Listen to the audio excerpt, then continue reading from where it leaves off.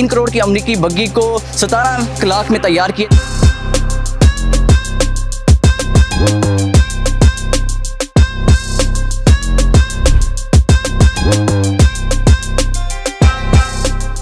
जी अस्सलाम वालेकुम नाज़रीन, WM न्यूज़ हब में खुशामदीद। मैं हूं आपका होस्ट, आपका मेज़बान वासिफ इकबाल। नाज़रीन, इस वक्त मैं महाजी ऑटोज़ पर मौजूद हूं और हमारे साथ पाकिस्तान की आन बान शान फ़ख्र पाकिस्तान फ़ारूक अहमद साहब मौजूद हैं, जो कि जिन्होंने अमरीकी बग्गी 3 करोड़ की अमरीकी बग्गी को 17 लाख में तैयार किए। तो आइए इनसे जानते हैं कि आखिर इन्हें ये आइडिया कैसे आया, क्या परेशानी, क्या मुश्किलात पेश है और कौन कौन से कॉम्पिटिशन में ये विन कर चुके हैं। तो आइए इनकी मोटिवेशनल स्टोरी इन्हीं से जानते हैं। जी अस्सलाम वालेकुम। वालेकुम सलाम। क्या हाल है सर? अल्लाह का शुक्र, दुआएं हैं आपकी। अच्छा सर, ये बताएं, माशाल्लाह से इतनी आपने खूबसूरत बग्गी बना ली, किसके इश्क में बनाई?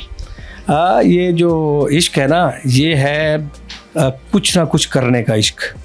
तो जब आपको अपने काम से इश्क हो जाए तो इससे अच्छी और क्या बात है। और इस इश्क ने ही फिर ये सारा कुछ कराया। ये आइडिया कहाँ से आया आपको? ये मैं क्योंकि ख़ुद रेसर हूँ और मैं 94-95 से मैं रेस कर रहा हूँ। और जैसे मुख्तलिफ इंटरव्यूज़ में भी बता चुका हूँ कि मेरी गाड़ियाँ 2-3 दफ़ा उल्टी, तो अब अफोर्ड नहीं होती। तो फिर मैंने कुछ नेट के ऊपर चीज़ें देखी और वहाँ से फिर इंटरनेशनल वाले हैं, उनसे मैंने कोर्स किया, उनके एपिसोड लोड करके। तो उसके बाद फिर मैंने ये अल्लाह ताला ने मुझसे ये क्रिएशन करवाई और मेरी माँ की दुआएं हैं कि मुझे कामयाबी मिल गई। सर, इस तरह की हम बग्गी देखते हैं, अमेरिकन बग्गी है 3 से 4 करोड़ की, आपने इतने कम बजट में इसको तैयार कर लिया, कैसे किया? ये ऐसे है कि मैंने सारी चीज़ें यहाँ जंग से ख़रीदी हैं इसकी, और मैं जस्तजू में रहता हूँ कि मुझे कहाँ से क्या चीज़ मिलेगी, अच्छी चीज़ कहाँ से मिले। तो फिर उसके लिए मुझे सफ़र करना पड़ता है, कभी लाहौर, कराची, फैसलाबाद। तो यहाँ मुख्तलिफ जंग से वहाँ से जाके ये रिकंडीशन चीज़ें मिलती हैं जो आती हैं यहाँ पर यूज़ में। तो उनको मैंने यूटिलाइज़ किया इसमें, और इसका जो फ्रेमवर्क है वो मैंने यहाँ ख़ुद तैयार किया है। और इसका जो आप शेप देख रहे हैं वो मैंने खुद डिज़ाइन किया, जो मुझे अच्छी लगी तो मैंने उसी तरह उसको बिल्ड किया।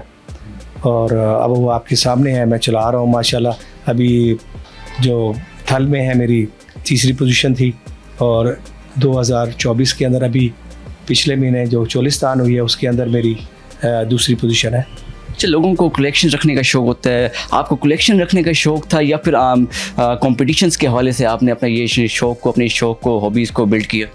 एक्चुअल मेरा जो है रेसर हूँ मैं, तो रेसर के पास इस तरह की चीज़ें होना जो है वो उसके लिए एक किस्म का मेडल है, तगमा है। तो मेरे घर में माशाल्लाह 4 जीपें हैं, 5 जीपें हैं, तो सारी मैं वो कलेक्शन की हुई है। लेकिन वो सारी मेरी अपनी मॉडिफाई हुई है। मैं ये नहीं कि किसी की बनी हुई लेता हूँ, नहीं। मेरे बेटों के पास भी है तो वो भी मैंने बना के दी हुई है, अगर मेरे पास है तो वो भी मैंने खुद बनाई हुई है। जी सर, इतना आप माशाल्लाह से इंजन हॉर्स पावर हमें अच्छी चाहिए होती है, आपने इतनी कम बजट में इतनी अच्छी हॉर्स पावर इसमें जनरेट कर ली। और क्या क्या इंजन और इंजन की स्पेक के हवाले से हमें बताएं, गाड़ी में जो आपने फीचर्स इंस्टॉल किए उसके बारे में हमें बताएं। इसके अंदर जो है मैंने M18 का इंजन इस्तेमाल किया है। ये साउथ अफ्रीका के अंदर आता है कारों के अंदर, और बड़ा पावरफुल इंजन है। और जितने भी रेसर इस टाइम जिमनी रेसर हैं, जितने भी D कैटेगरी के, सब ही जिमनियों के अंदर ये 1800 है। सर, ये इंजन आपने बाहर से साउथ अफ्रीका से इंपोर्ट किया या फिर पाकिस्तान में अवेलेबल था? नहीं, ये यहाँ पर जो इम्पोर्टर है कराची के और पिंडी के, ये इंपोर्ट करके लाते हैं और ये आपको पाकिस्तान में अवेल हो जाता है। ये जो भी कहेगा झूठ के मैंने एक इंजन के लिए मैंने इंपोर्ट किया, झूठ है। ये सारी चीज़ आपको जंग में मिलती है। अब जितनी लेटेस्ट ये गाड़ियाँ फिर रही हैं, इनके टोटल इंजन यहाँ मिलेंगे आपको जंग के अंदर, क्योंकि ये इंपोर्ट करते हैं वो खुद।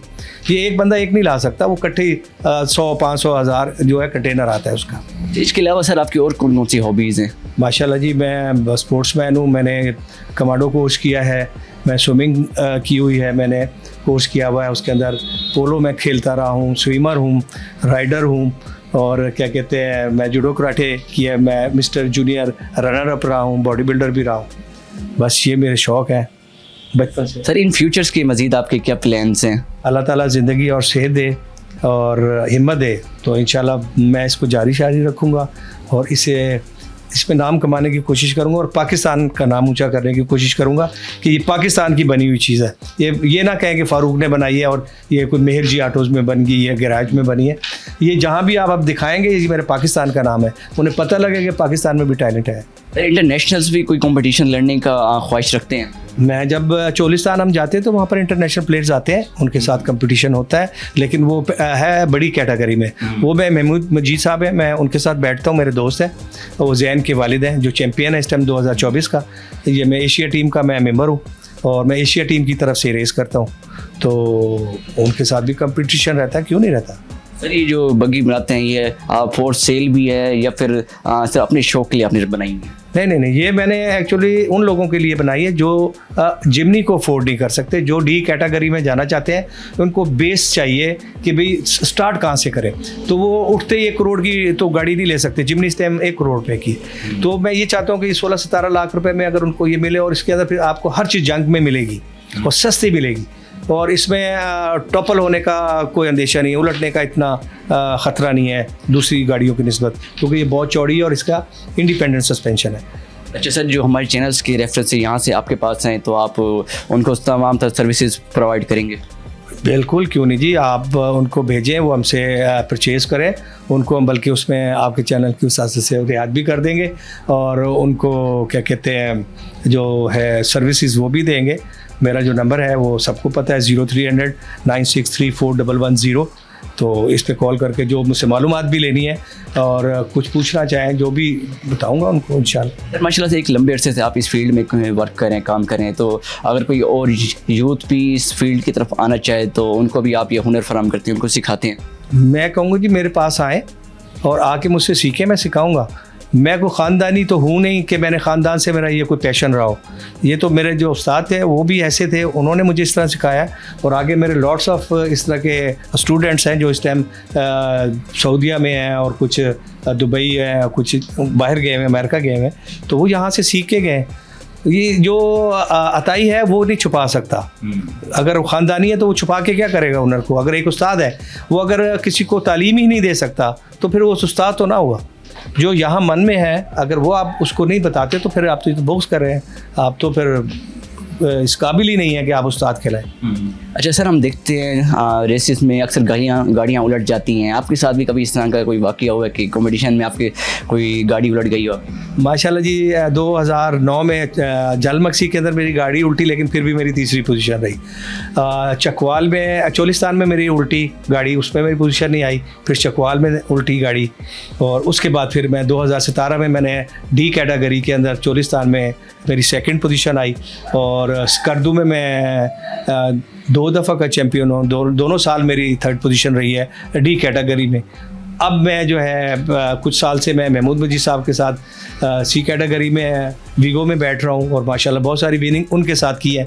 और अब पिछले साल से मैंने जो है थल में ख़ुद भगाना शुरू की, ये बग्गी बनाई, तो अल्लाह ताला ने ये कामयाबी दी। मेरी वालदा की दुआ है, मेरे वालिद की दुआ है कि मैंने वहाँ भी तीसरी पोजीशन ली और चोलिस्तान में भी मेरी दूसरी पोजीशन है। सर जब आप ये प्रोजेक्ट तैयार करे होंगे तो काफ़ी लोगों ने ये क्रिटिसाइज़ किया होगा, डिग्रेड किया होगा कि भाई आखिर ये क्या कुछ काम आप करे हो, क्या चीज़ बना रहे हो, इतनी महंगी गाड़ियाँ आप उसको कम बजट में कैसे तैयार करें, तो लोगों का क्या रिस्पॉन्स आता? हाँ, आपने बहुत अच्छा सवाल किया। मैं सुनने वाले जो देख रहे हैं प्रोग्राम, उसमें से कुछ लोग जो है ना हंसेंगे इस बात से और मुझे भी अब कहेंगे कि ठीक कह रहा था ये। कुछ लोगों ने मुझे ये कहा था कि फारूक साहब आप जब रेस में जाएंगे ना, तो दोस्त मेरे जितने थे तो वो ये कह रहे थे कि हम पीछे आ रहे हैं, तो जहाँ जहाँ जो जो चीज़ गिरी हुई होगी रास्ते में तो हम कलेक्ट करके आपको ला के देंगे। और फिर जब पहली दफ़ा ही मैंने एंट्री की और उसके बाद माशाल्लाह उन्हीं लोगों ने बड़ा अप्रिशिएट किया।